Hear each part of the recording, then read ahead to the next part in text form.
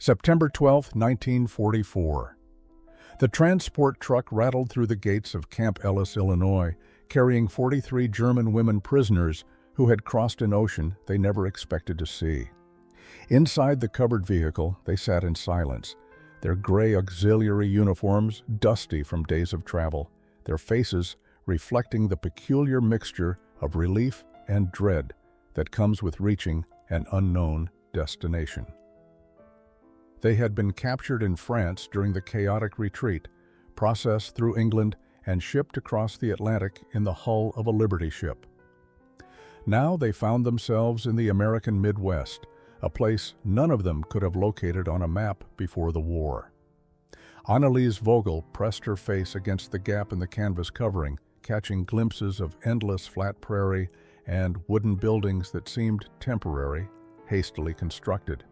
At 22, she had served as a communications specialist, believing she was defending her homeland from invasion. The irony of now being held in the heartland of enemy territory was not lost on her. She clutched a small cloth bag containing everything she owned in the world: a spare uniform shirt, a wooden comb, a photograph of her family in Berlin, and a stub of pencil she had managed to keep hidden during processing. The truck stopped with a mechanical groan. American voices shouted orders in English that most of the women couldn't understand. They climbed down stiffly, forming an uneven line in the September sunshine. The camp spread before them looked nothing like the brutal prison facilities German propaganda had described. Low barracks surrounded by wire fencing, yes, but also trees beginning to turn autumn colors and distant sounds of ordinary activity rather than the threatening atmosphere they had been taught to expect. Captain Sarah Mitchell, one of the few female officers at Camp Ellis, stood waiting with a translator. She surveyed the new arrivals with an expression that wasn't hostile, merely professional and perhaps slightly curious. These were the first German women prisoners the camp had received, and everyone from the commanding officer down to the kitchen staff had been uncertain about how to handle their arrival. The initial processing took hours. Names, ranks, documentation, medical examinations, assignment to barracks. The women moved through it mechanically, too exhausted and overwhelmed to offer resistance. By evening, they found themselves herded toward the mess hall for their first meal in American captivity. The building was larger than expected, with long tables and benches. American soldiers ate at one end, while the German women were directed to tables at the opposite side. The room fell quiet as they entered, dozens of eyes watching their movement. Anneliese kept her gaze down, focusing on putting one foot in front of the other. Then came the food, metal trays loaded with more than any of them had seen on a single plate in years. Roasted chicken, mashed potatoes, green beans, fresh bread with real butter. And at the end of each tray, a slice of something pale yellow and white, topped with a cloud of cream. The women stared at their plates in confusion. They understood the chicken and vegetables. But the yellow dessert remained a complete mystery, something none of them could identify or name. Hildegard Bachmann sat at the end of the table, her 40 years making her the eldest among the prisoners by more than a decade. She had served as a nurse before joining the Auxiliary Corps, believing her medical skills could help wounded soldiers. Now she found herself staring at a slice of pie that triggered memories she thought had been buried by years of war and rationing. The younger women around her whispered in German, speculating about the yellow filling. "Custard?" suggested Margareta Zimmermann, a former radio operator from Munich. "But what makes it that color?" Dorothea Bergman, only 19 and the youngest of their group, had never seen anything like it. She poked the filling cautiously with her fork, half expecting it to reveal itself as some kind of trick. Hildegard leaned forward, studying the dessert more carefully. Something about the pale yellow shade stirred a memory from her childhood in Hamburg before the First War, before everything changed. Her father had been a merchant sailor, and occasionally he would bring home exotic fruits from distant ports. She remembered one specific Christmas. She must have been 7 or 8 years old when he presented the family with a bunch of strange, curved yellow fruits. "Bananas," she whispered, almost to herself. The word felt foreign on her tongue after so many years. Several women turned to look at her. "I think this might be banana." But even as she said it, the idea seemed impossible. Bananas had disappeared from Germany sometime around 1940, victims of the British naval blockade that choked off trade routes. They had become mythical, something mentioned in old recipes that no one could make anymore. Irmgard Schuster, 28 and pragmatic, shook her head.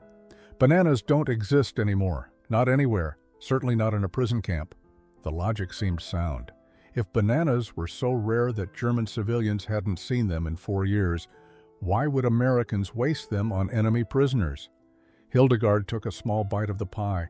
The taste exploded across her tongue, sweet and creamy with that distinctive flavor she remembered from childhood.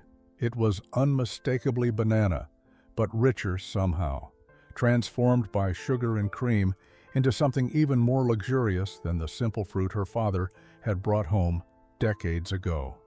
She closed her eyes, and for a moment she was 7 years old again, sitting in her family's kitchen in Hamburg, her father laughing as she made faces at the strange texture.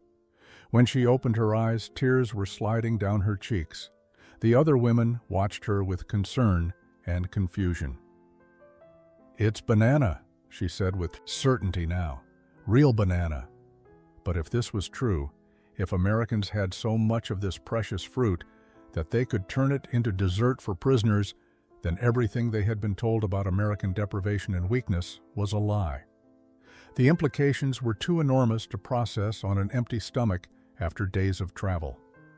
Staff Sergeant Walter Kowalski had been baking for the United States Army for 3 years, ever since a training accident left him with a permanent limp that disqualified him from combat duty.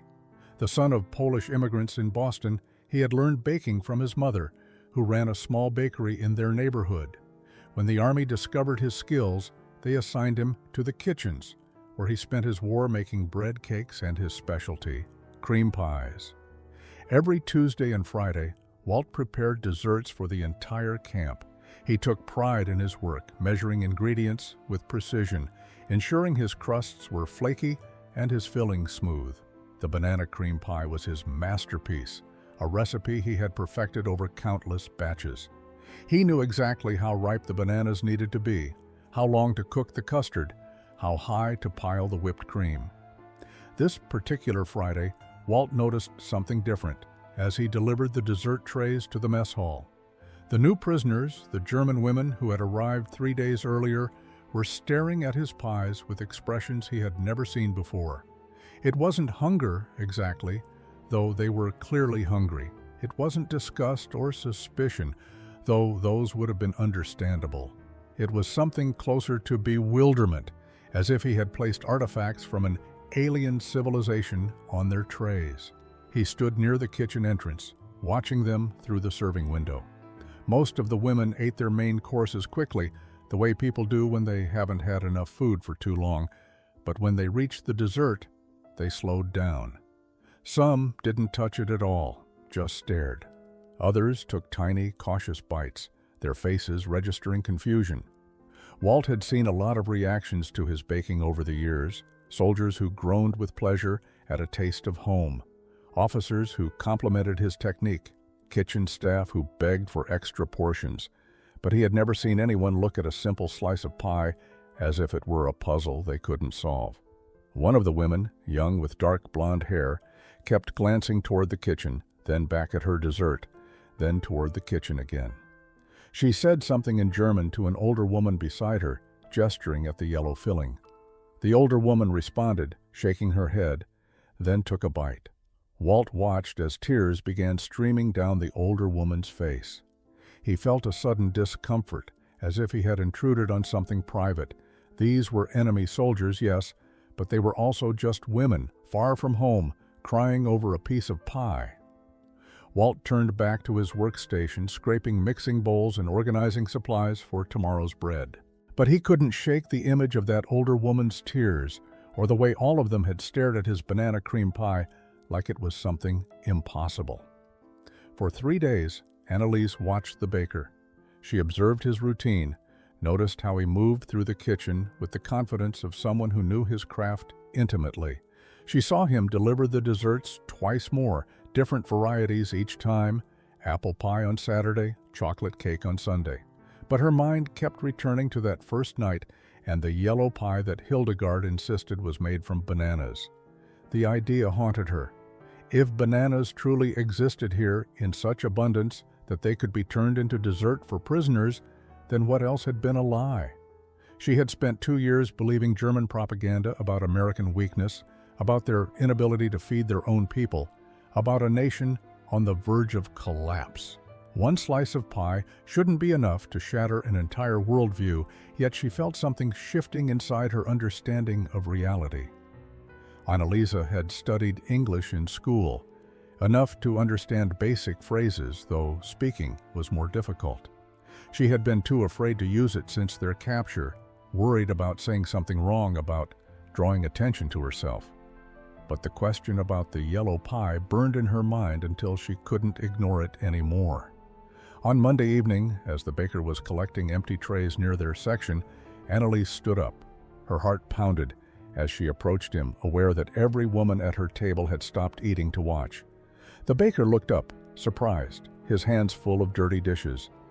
"Excuse," Annalise began, her English clumsy and heavily accented. She pointed toward the kitchen, searching for words. The yellow, the sweet. She made a gesture like cutting a slice. "What is?" Walt set down the trays, studying her face. She was young, probably not much older than his sister back in Boston. Her eyes held genuine curiosity rather than hostility. "The pie?" he asked, speaking slowly. "From Friday?" Annalise nodded eagerly, grateful he understood. "Yes, the yellow inside." "What is the yellow?" "Banana," Walt said simply. "Banana cream pie." The word hung in the air between them. Annalise's face went through a series of expressions: confusion, disbelief, then something that looked almost like pain. "Banana?" she repeated, as if testing whether the word was real. "Yeah, banana.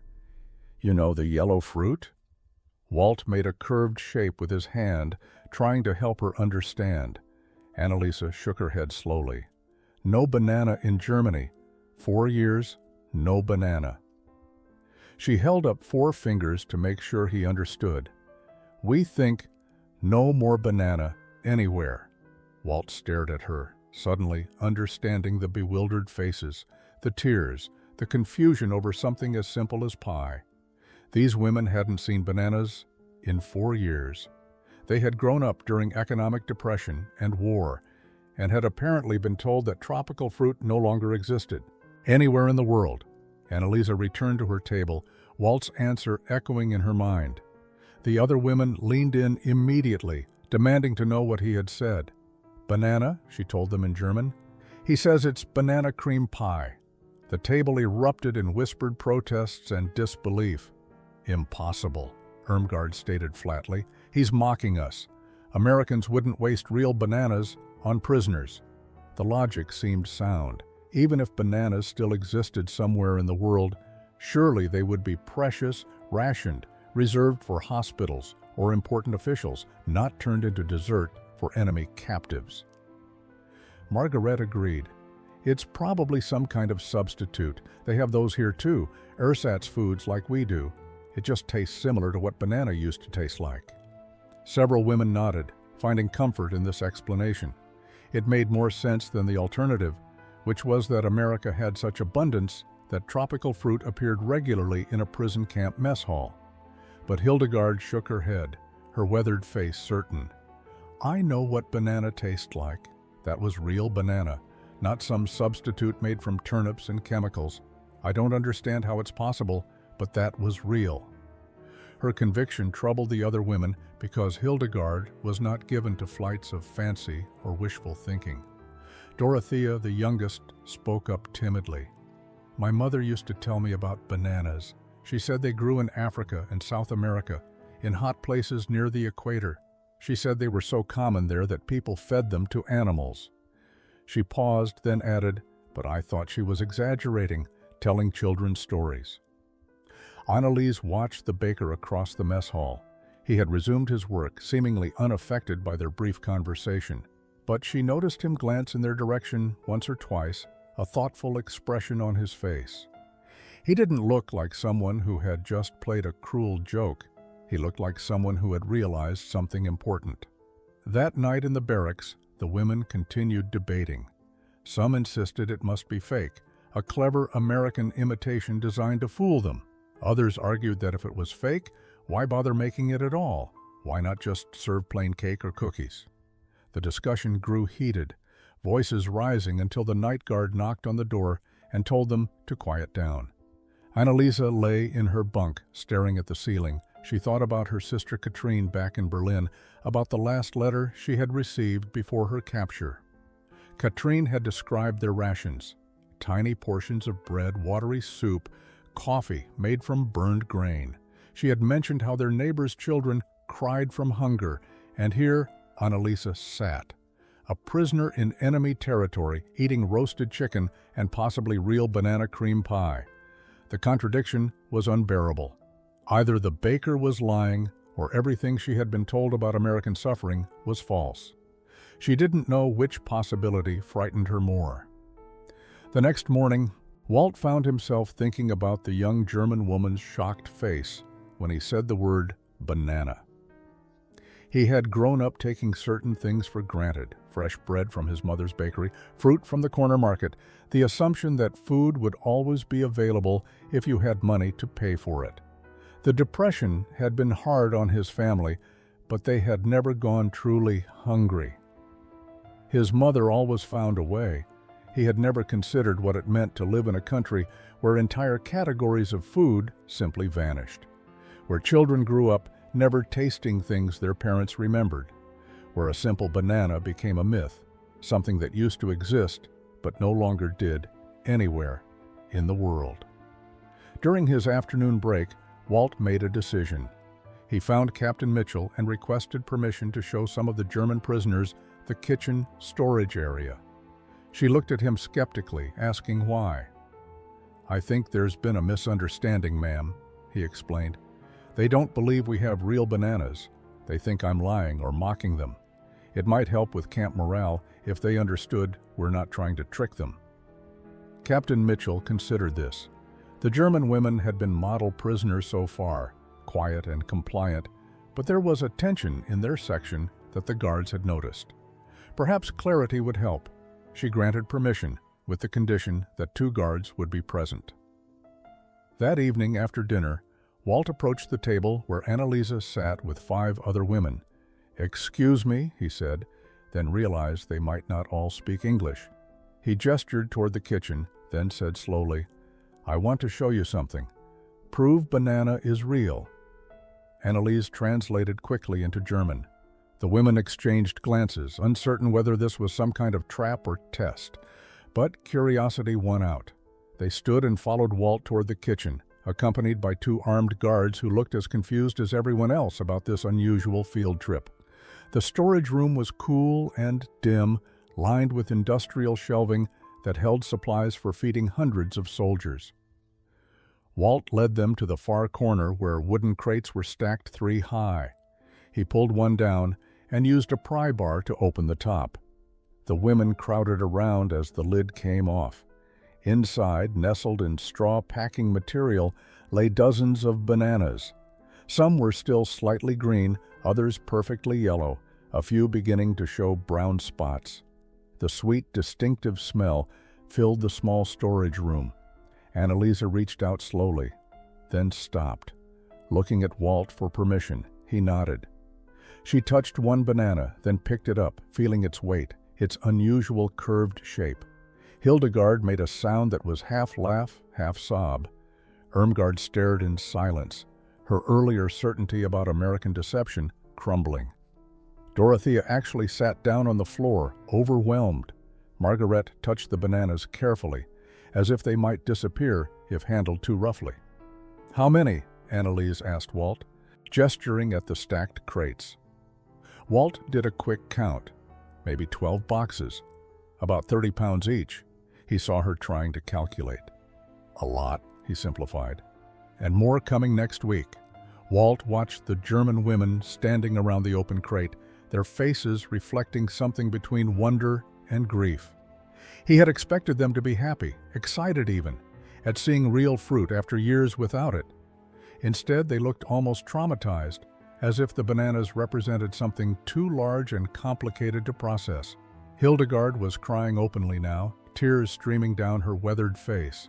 She spoke in rapid German to the other women, her voice shaking. Annalisa translated haltingly. She says, her grandchildren, in Hamburg, they have never seen banana, never will see. And here is, she gestured helplessly at the crates. So many. Walt felt something shift in his chest, an uncomfortable recognition of his own fortune. He had been complaining just last week about sugar rationing, about not being able to make as many desserts as he wanted. Now he stood in a storage room with 300 pounds of bananas, facing women who came from a world where such abundance was unimaginable. Here, he said, reaching for one of the ripe bananas. He peeled it slowly, the skin coming away in strips to reveal the pale fruit inside. The women watched his hands like they were witnessing a magic trick. He broke the banana into pieces, offering a slice to each woman. Annalise took the first piece. She held it for a moment, studying it, then placed it in her mouth. Her eyes closed immediately. The taste was exactly as Hildegard had described, exactly as dim childhood memories suggested, but richer, sweeter, more real than something that had become almost mythical. Tears began sliding down her face before she had even finished chewing. Margaret took her piece next, then Irmgard. One by one, the women tasted banana for the first time in 4 years, or in Dorothea's case, for the first time in her life. Some cried silently. Others made small sounds of pleasure and pain mixed together. Hildegard ate her piece slowly, reverently, as if trying to memorize every aspect of the experience. The 2 guards standing by the door shifted uncomfortably, unsure how to respond to this display of emotion over a simple fruit. One of them, Private Henderson, was young, barely 20. He had been eating bananas his whole life without thinking about it. Watching these women cry over something he took completely for granted made him feel strange, almost guilty. Walt peeled another banana and divided it among them. This time they ate more quickly, as if afraid the opportunity might disappear. Dorothea whispered something in German. Annalisa translated, "She says it tastes like sunshine, like before the war." The phrase hung in the air, surprisingly poetic from the youngest prisoner. "You can have more," Walt said, gesturing at the crates. We're not short on them." So he didn't know how to explain American agricultural abundance, the supply chains that brought tropical fruit to Illinois, the sheer scale of resources his country possessed. Looking at their faces, he realized they were beginning to understand it anyway. The next day, word had spread through the women's barracks about the bananas. At lunch, Walt noticed the German prisoners talking more animatedly than usual, gesturing as they spoke, their faces showing more life than he had seen since their arrival. Annalisa caught his eye and gave a small nod of acknowledgement, something that might have been the beginning of trust. That evening, Captain Mitchell made an unusual decision. She arranged for a separate dining period for the German women, allowing them more time and privacy. She had heard about the storage room visit and recognized that something significant had shifted in the camp dynamics. The women needed space to process whatever they were going through. During this extended dinner, the conversations flowed more freely. Hildegard began sharing memories of her childhood in Hamburg, describing the city before the First War when her father's merchant connections meant occasional luxuries. "We had oranges at Christmas," she told the others. "Every year, my mother would save them in a special bowl. We weren't allowed to eat them until Christmas Eve. The smell filled our entire apartment." Margaret spoke about summer berries in Munich, how her grandmother had made preserves that lasted through the winter. Strawberries, raspberries, blackberries from the forest. She had a special recipe with less sugar that made the fruit taste even more intense. I remember helping her, how my fingers would be stained purple for days. Her voice grew quiet. "I don't know if she survived the bombing last year. I haven't heard from my family since January." Irmgard described peacetime abundance that now seemed like fantasy. "My father owned a grocery store. People would come in and choose from 20 different types of cheese, 6 kinds of bread, fresh vegetables every day. I worked there after school, stocking shelves, helping customers. I remember feeling bored by it, thinking it was such ordinary work." She laughed bitterly. "Now I dream about those shelves, all that food just sitting there, available to anyone with coins to pay." Dorothea, who had few memories of peacetime prosperity, talked about stories her mother told. She described birthday cakes with real chocolate frosting, thick enough that you could see the swirls and patterns. She told me about butter so fresh it was still soft, about milk that was actually white instead of that blue watered liquid we got on ration cards.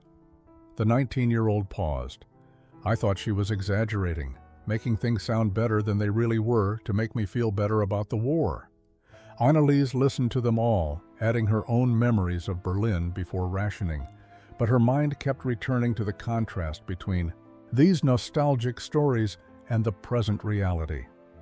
"My sister Katrine," she said slowly, "has a daughter. She's 4 years old now. She's never had chocolate, never had a banana, never had anything but rationing and hunger." She looked around the table at the remains of their dinner: chicken, potatoes, vegetables, fresh bread. "How do I write to her about this? How do I tell her that here, as a prisoner, I eat better than she does at home?" Walt had been raised to see the world in simple terms. There were good guys and bad guys, allies and enemies, right and wrong. The Germans had started the war, had done terrible things across Europe, had forced America to fight. The women in the camp were enemy soldiers who had served the Nazi regime. These facts should have been enough to maintain clear boundaries in his mind. But listening to Anneliese describe her 4-year-old niece who had never tasted chocolate, something shifted in his understanding. He found himself staying in the mess hall after his shift ended, observing the German women from a distance, trying to reconcile what he saw with what he had been taught to believe. One evening, he approached their table during cleanup, carrying a pot of fresh coffee. Real coffee, not the chicory substitute he knew was standard in Germany now. "May I?" he asked, gesturing at their empty cups. The women looked surprised, but nodded. He poured for each of them, and the smell alone made several of them close their eyes in appreciation. "In Germany," Anneliese said carefully in her improving English, "we drink Ersatztee coffee, made from grain, burned, tastes like—" She searched for words. "Like drinking burnt toast water." Hildegard laughed at the description, nodding agreement. "Before war, I drink real coffee every morning. Now 4 years, no real coffee." Walt pulled up a chair, something that would have been unthinkable a week ago. "What else?" he asked. "What else don't you have?" He genuinely wanted to understand. The women exchanged glances, then began to explain. Margaret described bread made mostly from sawdust and potato flour, so dense it hurt your jaw to chew it. Irmgard talked about meat rations so small they were measured in grams per week, often horse meat or worse. Dorothea mentioned the vegetable situation, mostly turnips and cabbage, turnips and cabbage, turnips and cabbage until you wanted to scream. "Sugar?" Hildegard said. "Maybe 200 grams per person per month, if lucky. Butter? Forget butter. We get margarine made from coal tar. It's gray and tastes like petroleum." She sipped her coffee. "And this is for civilians who follow all the rules, stand in all the lines, turn in all their ration cards properly. For people who steal or trade on black market, it's worse. For Jews?" She stopped, her face darkening. "For Jews there was almost nothing, even before they disappeared." Walt thought about his own complaints. Last month, he had been frustrated because the army reduced his sugar allotment, meaning he could only make desserts 4 times a week instead of daily. He had grumbled about butter rationing, about occasional shortages of fresh eggs. Now those complaints seemed obscene, the whining of someone who had never known real deprivation. "I didn't know," he said quietly. "I mean, we heard Germany was rationing, but I didn't understand it was like that it was that bad." "Most of you don't know?" Anneliese replied. "How could you? You have so much here. Even prisoners eat like kings. Walt couldn't stop thinking about the conversations with the German women. That night, lying in his bunk, he kept picturing Dorothea's face when she tasted banana for the first time, the way Hildegard had cried over something he had taken for granted his entire life. He thought about his own nieces back in Boston, how they complained when his mother served oatmeal instead of eggs for breakfast, how they left food on their plates because they were too full. They had no idea what real hunger meant. The next Tuesday, when he prepared his weekly pies, Walt made a decision. He mixed extra filling, rolled out additional crusts, and assembled 3 more banana cream pies than his official count required. When questioned by the kitchen supervisor, he mumbled something about miscounting supplies. The supervisor, overwhelmed with his own duties, didn't press the issue. That evening, Walt personally delivered dessert to the German women's section. He made sure each woman received a slice of banana cream pie, cutting the portions slightly larger than regulation. Annalisa looked up at him with surprise and something that might have been gratitude. She said something in German to the others, and several women nodded in his direction, small gestures of acknowledgement that crossed the enemy divide. He watched from the kitchen as they ate. This time there were fewer tears, but the pleasure on their faces was unmistakable. They ate slowly, making the dessert last, savoring each bite in a way that American soldiers never did. They understood that this wasn't just food. It was a gift, a gesture that said they were seen as human beings rather than just enemy prisoners. Private Henderson, who had been present during the storage room visit, noticed what Walt was doing. "Sarge," he said quietly, "you going to do this every week?" Walt nodded. "Seems like the right thing to do." Henderson thought for a moment, then said, "My sister sends me chocolate bars from home, more than I can eat. You think they'd want some?" Walt felt something warm in his chest. "Yeah, I think they would."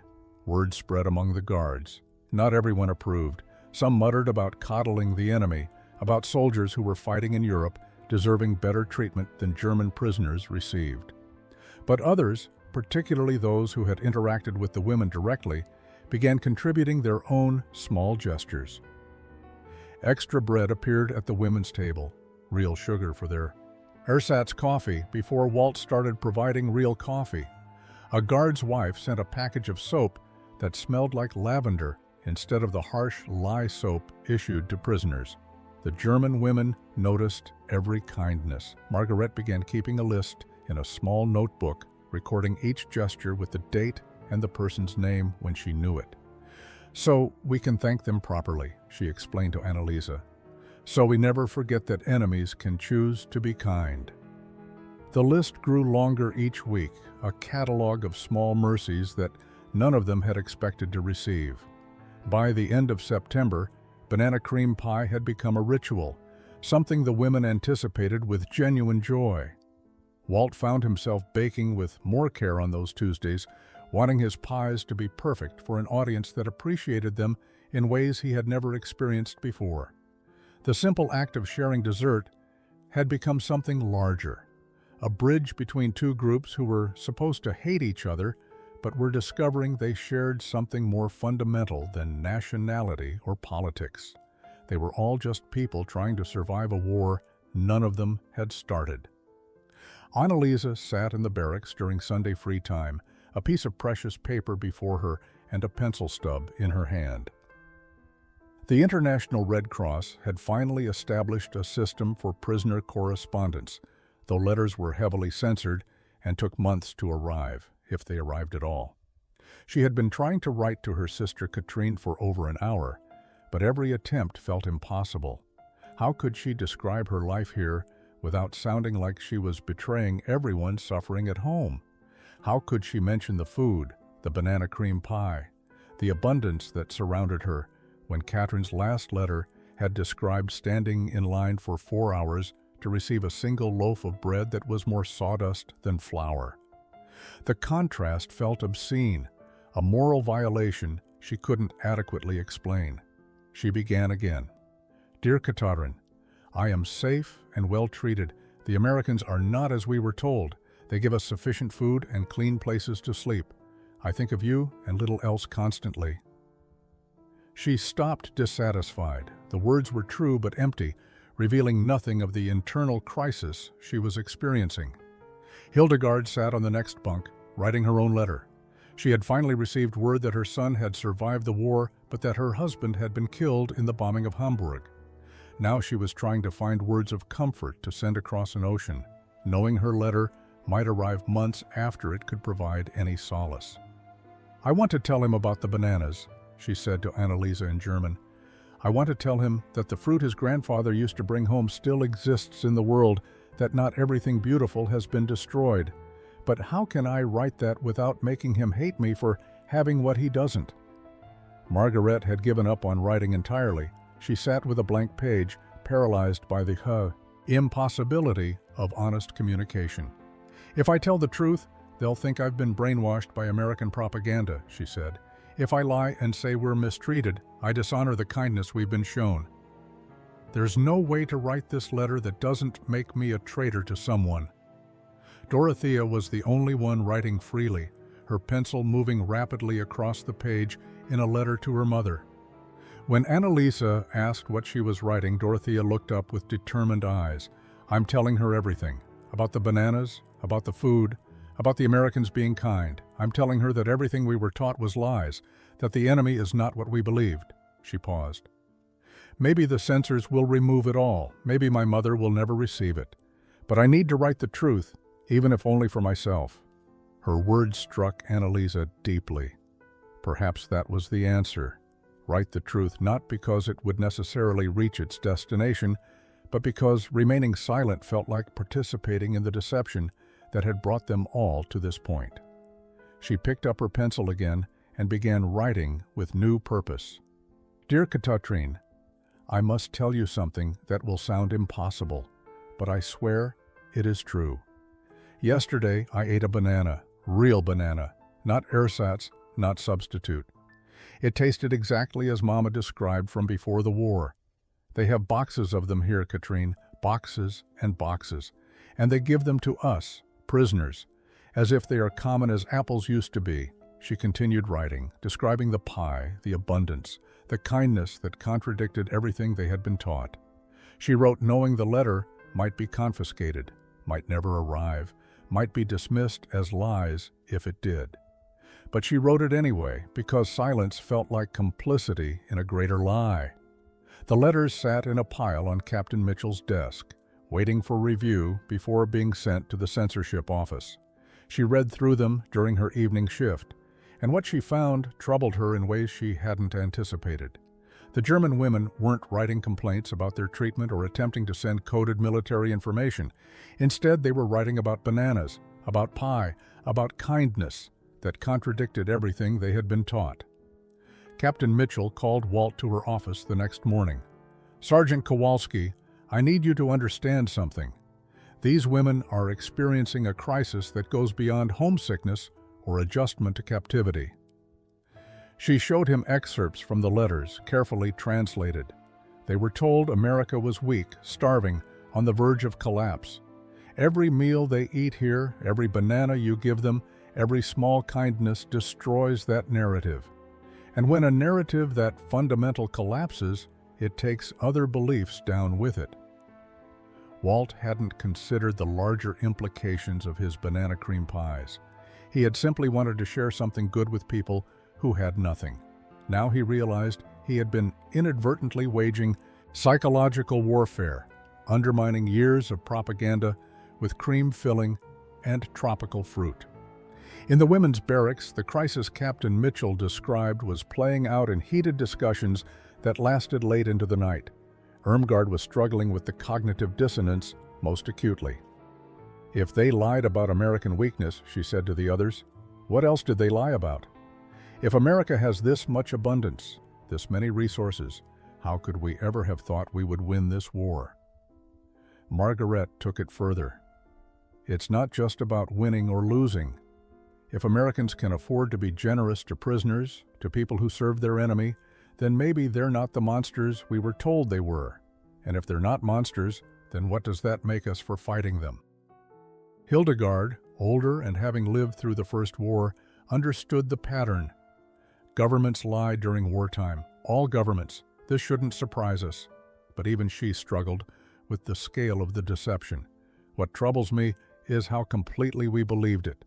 How we never questioned whether American soldiers might be ordinary people like us, just serving their country like we served ours.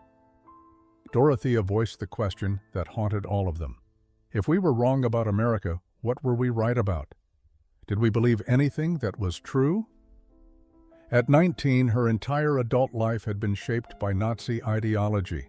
Discovering it was built on lies felt like discovering she had no foundation to stand on. Annalisa found herself thinking about her role as a communications specialist. She had transmitted messages, connected calls, helped coordinate military operations. At the time, she believed she was helping defend Germany against invasion. Now she wondered whether every message she sent had supported a regime built on systematic deception. The banana cream pie had become a symbol of something much larger, proof that everything could be a lie, even things that seemed obviously true. That night, unable to sleep, she wrote in the margin of her attempted letter home, "How do we return to Germany knowing what we know now? How do we look our families in the eye and pretend we still believe?" Private Henderson brought the chocolate bars the following Tuesday, a care package from his sister in Ohio. He approached the German women's table nervously, unsure how his gesture would be received by his fellow guards or by the women themselves. "My sister sent these," he said to Annalisa, holding out half a dozen Hershey bars. "Thought maybe you'd like them."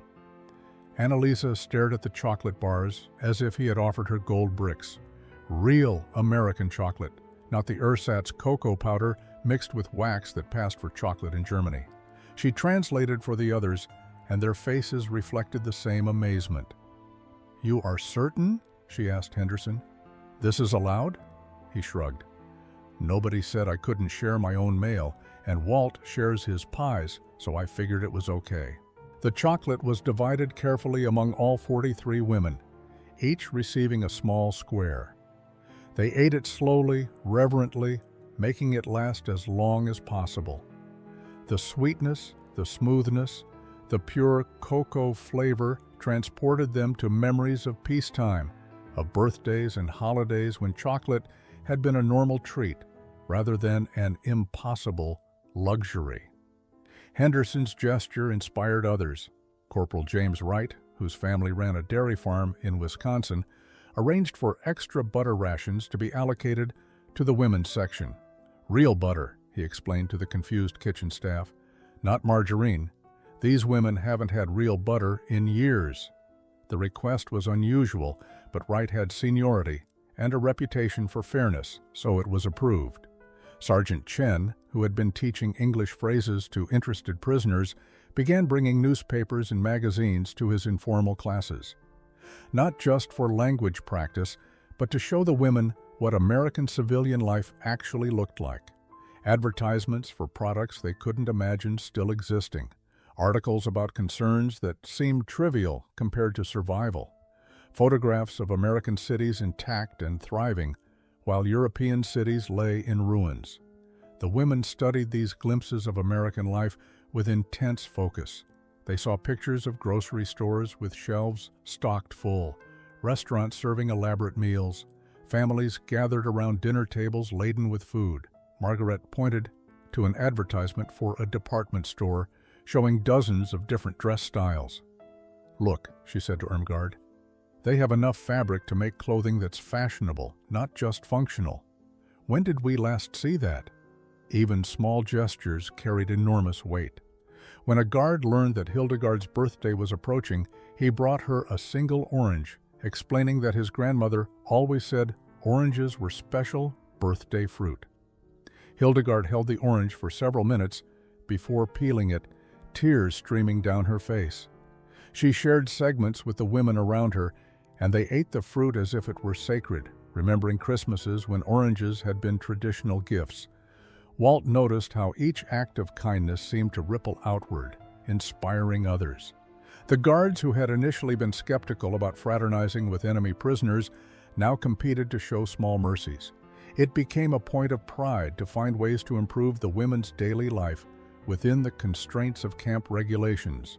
3 months had passed since the German women arrived at Camp Ellis. The Illinois autumn had turned to early winter, and the camp took on a stark beauty under occasional snow. The women had settled into routines, their initial fear and uncertainty replaced by something more complex, a growing comfort that made them question who they were and what they believed. One evening in early December, Hildegard asked Walt if she could speak with him privately. Through Annalise as translator, they sat in a small office normally used for administrative work. Hildegard had been carrying something heavy for weeks, and she needed to confess it to someone who might understand. "I need to tell you why I joined the Women's Auxiliary Corps," she began, her voice steady, but her hands trembling. "I was a nurse, a good nurse. I could have continued civilian work in Hamburg, treating ordinary injuries and illnesses. But in 1943 they came recruiting, telling us that Germany needed women to serve, that our men couldn't fight alone." She paused, gathering courage to continue. "They told us stories about American soldiers. They said Americans were brutal, that they tortured prisoners, that they raped women and murdered children. They showed us propaganda photographs, told us these were proof of American atrocities. I believed them. I volunteered because I thought I was helping protect German women and children from monsters." Walt listened without interrupting. Annalisa translated carefully, her voice soft, understanding the weight of what Hildegard was revealing. "When we were captured in France, I was terrified," Hildegard continued. "I expected to be beaten, starved, violated. That's what we had been told would happen. Instead, you gave us medical examinations to ensure we were healthy. You gave us clean beds and sufficient food. You treated us with basic human dignity." Her voice broke slightly. "And then you gave us bananas. You gave us chocolate. You showed us kindness that we had been told Americans were incapable of feeling." She looked directly at Walt. "I have to live with the knowledge that I served a government that lied to me about everything, that I believed those lies so completely that I volunteered to support a war against people who are not monsters at all. How do I return home knowing that everything I thought I was fighting for was based on deception?" The question hung in the air. Walt didn't have an answer. He was 26 years old, a baker from Boston, who had never expected to be having philosophical discussions with enemy prisoners about the nature of truth and moral responsibility. "I don't know," he finally said, "but I think recognizing you were deceived is different from being responsible for the deception. You didn't know. How could you?" Annalisa translated his words, and Hildegard nodded slowly, though her face suggested she wasn't entirely convinced. "But now I do know," Hildegard said, "and knowing changes everything. How do we go back to Germany and live among people who still believe the lies? Do we tell them the truth and risk being called traitors? Or do we stay silent and become complicit in continuing the deception?" The conversation with Hildegard stayed with Walt for days. He found himself questioning assumptions he had never examined before, wondering how much of what he believed was true and how much was simply the propaganda of his own side. War required clear categories: good and evil, ally and enemy, right and wrong.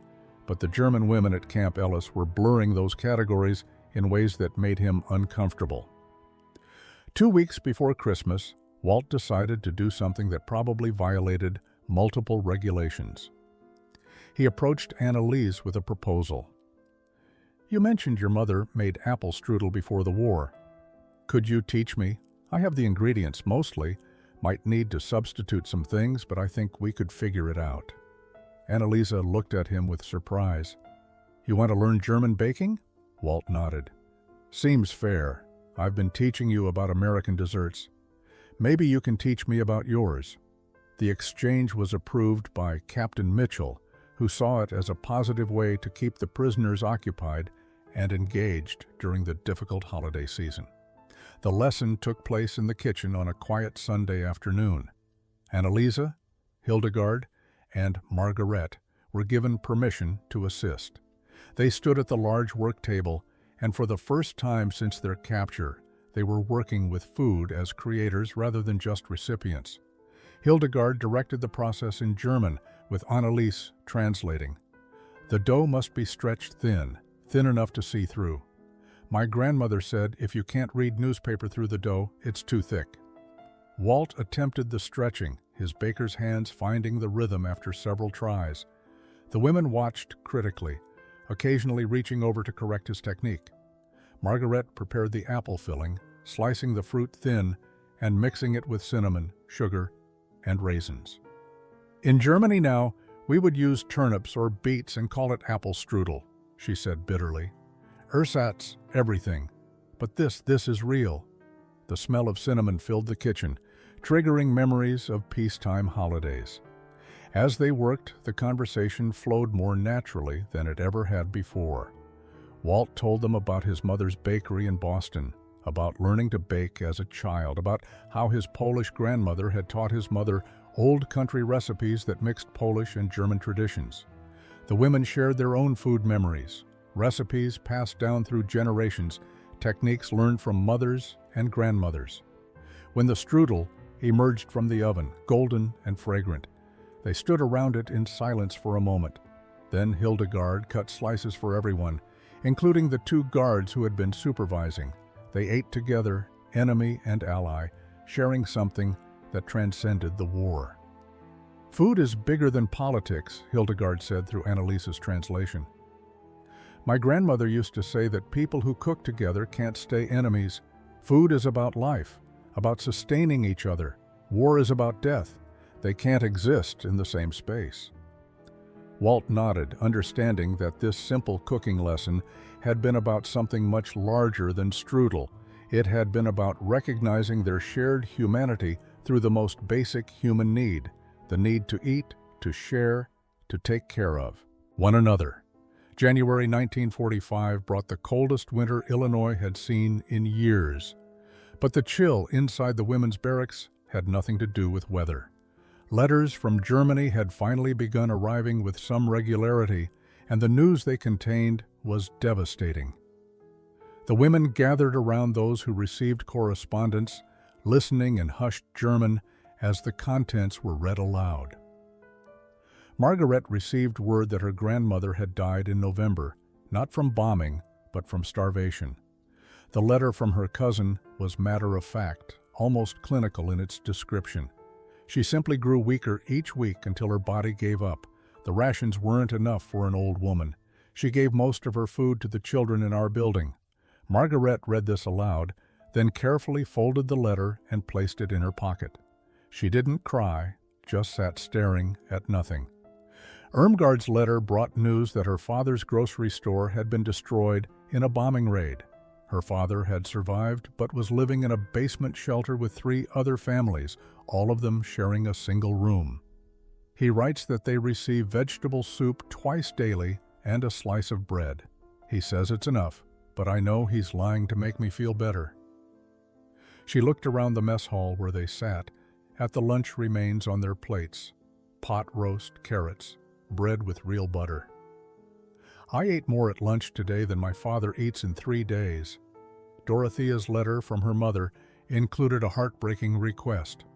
She asks if I can send food packages. She thinks because I'm in America, I must have access to supplies. She doesn't understand that I'm a prisoner. The 19-year-old's voice cracked. She describes my little brother crying from hunger. He's 7 years old, and she says he's forgotten what it feels like to have a full stomach. Even Anneliese, who had been bracing herself, was unprepared for the news in her sister's letter. Katrin wrote about their neighborhood in Berlin, about the systematic destruction of buildings, about families living in rubble. Your niece Elsa asks about you constantly. She's so thin, Anneliese. I try to make her rations last, but there's never enough. She found a picture book that shows tropical fruit, and she asked me if bananas were real or make-believe like unicorns. I told her they were real, but she didn't believe me. That night, none of the women could eat dinner. They sat at their table staring at plates filled with food they couldn't bring themselves to touch. Walt noticed their untouched meals and approached with concern. Annalise explained about the letters, about the news from home, about the unbearable guilt of eating while their families starved. "We don't deserve this food," Margaret said in careful English. "Our families are dying while we eat like kings. It's wrong. It's all wrong." She pushed her plate away. Several other women did the same, unable to reconcile their abundance with their loved ones' suffering. The contrast had always been there, but the letters made it visceral, immediate, impossible to ignore.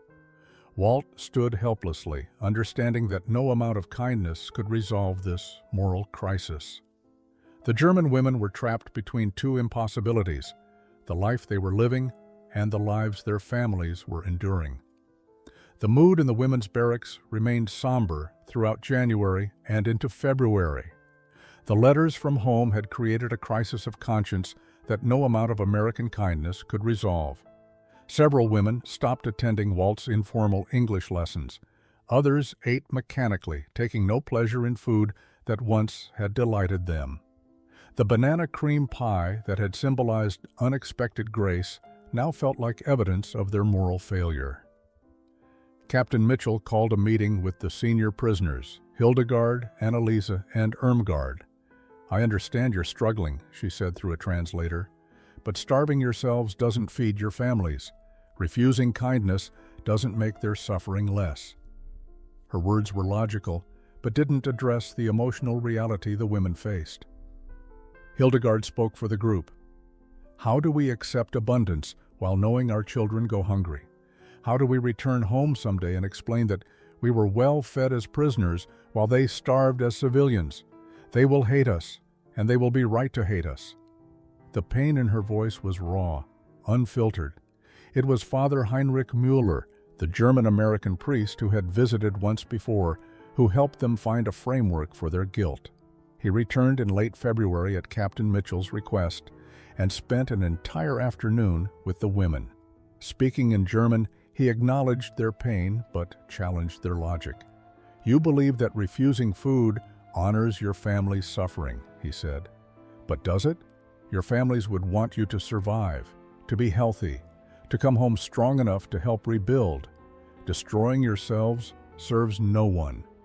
He paused, letting his words settle. "Perhaps the question isn't whether you deserve this food, but what you will do with the strength it gives you." He told them about a concept he called the choice of gratitude. You can't control what's happening to your families right now. That's a terrible truth, but it's truth nonetheless. What you can control is how you respond to your own circumstances. You can let guilt destroy you, or you can choose gratitude for what you have and let that gratitude transform into action later. Annalise challenged him.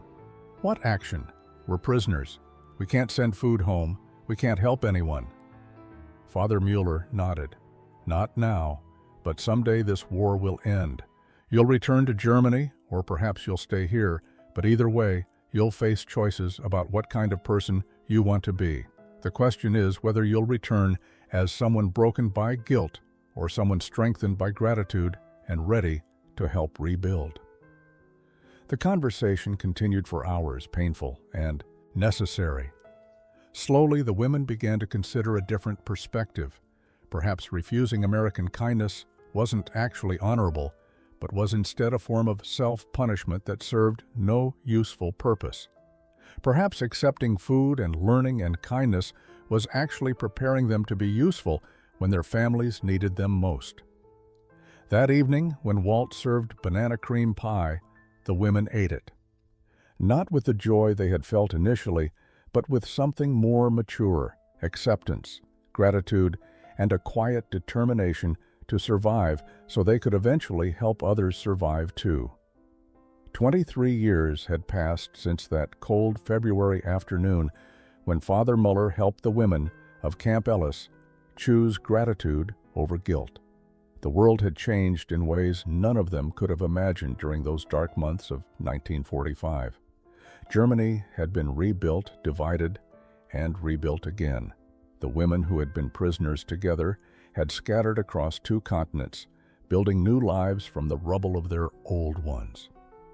Annalise Vogel stood in her bakery in Milwaukee on a Tuesday morning in 1968, preparing banana cream pies exactly as Walt Kowalski had taught her 2 decades earlier. The bakery was small but successful, known throughout the neighborhood for its blend of German and American traditions. Apple strudel sat beside cherry pie in the display case. Pumpernickel bread shared shelf space with soft white sandwich loaves. Her 2 children, Carl and Hannah, helped with the morning preparations before school. They had been born in America, spoke English without an accent, and knew Germany only through their mother's stories. But they understood that banana cream pie was special, sacred even, though they couldn't quite articulate why. "Mama," Hannah asked, watching her mother carefully arrange banana slices in a pre-baked crust, "why do you always make banana cream pie on Tuesdays?" It was a question she had asked before, but children ask the important questions repeatedly, sensing there are layers of meaning they haven't yet grasped. Annalise paused in her work, considering how much to tell her 12-year-old daughter. "Because Tuesdays are when I first learned that everything I believed could be wrong and that wrong beliefs could be corrected." She saw Hannah's confused expression and tried again. "Banana cream pie was the first gift I received from someone who was supposed to be my enemy. It taught me that enemies are just people who haven't learned to see each other clearly yet." She told her children about Camp Ellis, about Walt and his patient kindness, about the moment she first tasted banana after 4 years of believing the fruit had ceased to exist. She told them about the crisis of guilt when letters arrived from starving families, and about Father Mueller's lesson on choosing gratitude. "Every Tuesday, I make this pie to remember that choice. To remember that accepting kindness, even when you feel unworthy, is sometimes the bravest thing you can do." Carl, who was 14 and thought himself too old for his mother's sentimental stories, asked the practical question, "Whatever happened to that soldier, the baker who taught you?" Annalise smiled. "Walt, he opened his own bakery in Boston after the war. We write to each other twice a year, at Christmas and on the anniversary of VE Day. He married a nice Polish girl from his neighborhood. They have 3 children now." What she didn't tell her children was that she and Walt had been part of something larger than they understood at the time. The kindness shown to the German women at Camp Ellis had influenced American policy toward occupied Germany. The successful integration of former enemies had provided a model for post-war reconciliation. The simple act of sharing banana cream pie had been part of a broader transformation in how America treated defeated adversaries.